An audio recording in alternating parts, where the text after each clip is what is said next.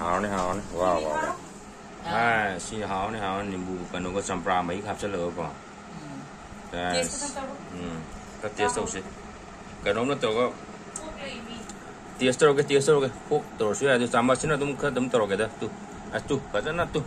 cái gì đấy wow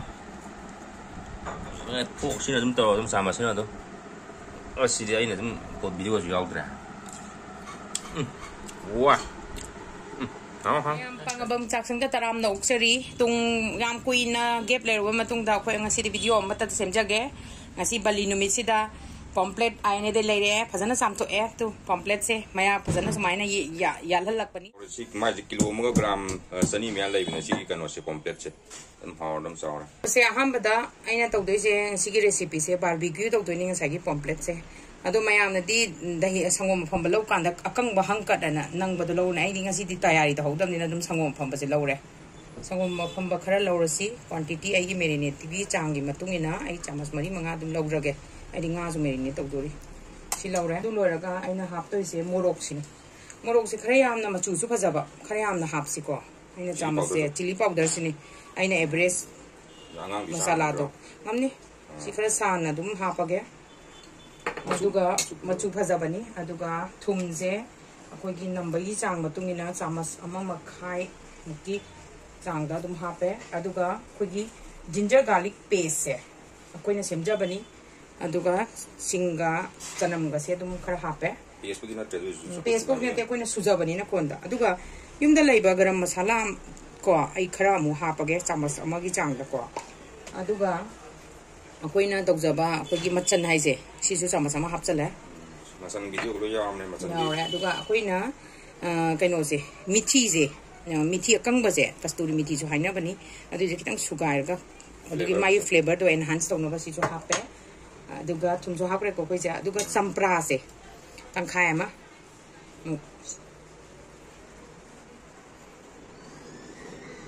sampra ka sumjan biro ne sampra ka sumjan biro si sampra ne mahi thok tare sampra matam te dun chicken no jito mas sampra ka laura yam jo si oi da minai fix pi sampra da na ma pura chamla mai ta ra ganda koi je mai na phajana nei bi gani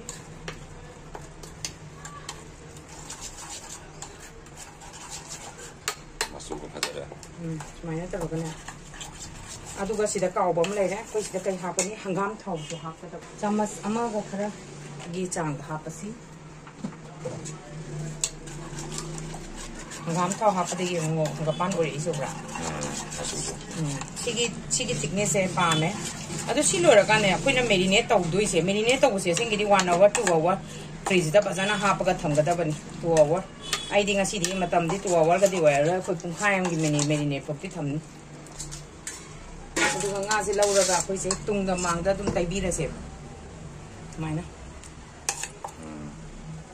fresque to horone tawdeni aduga ne sigi marak se puna dum tairage aduga sigi marak se hidasu asagi masala se kitang su changna ba kogi marinate se changna ba si su khara mai kai ba to yat ba to aduda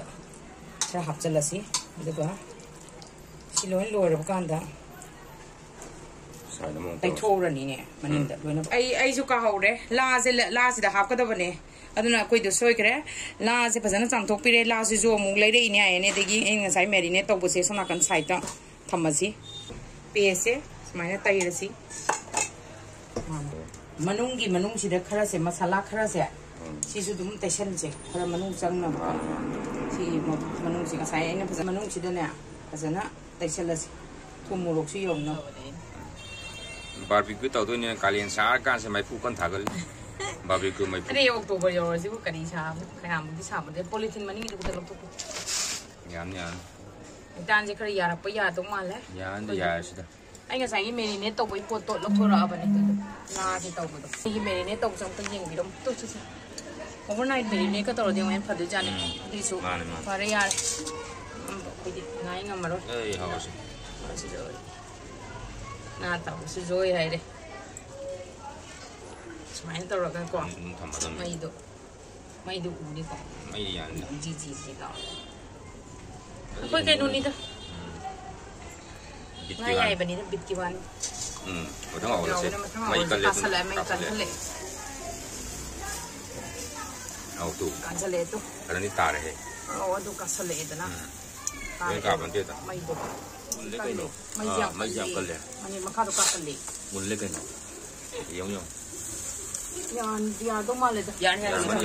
มันเลยสิยาไม่ยังกันเลยยาลอยลอยไอ้กี่สิครั้งมาสักทีละแม่กัสแลปตัวครั้งลงชกaduga maidan do kalakpa matam sai tu ne sina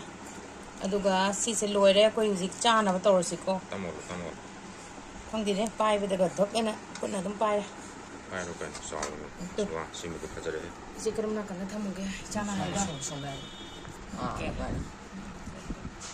wa tu loire ai ko enjoy to ni irum bam tor re ko di irum bam ga du ngasai sa se ngasai gi ai na salmon hai to mai tor re salmon sina adu su yeng kan adu sumai na hap salasi mayamna bi akoi gi sigi recipe si mayamna pambira ka ti video du khara like nu to khata sombira mu lore sini fish barbecue hore akoi gi barbecue lo khara hojik am phajana tawre thanks for watching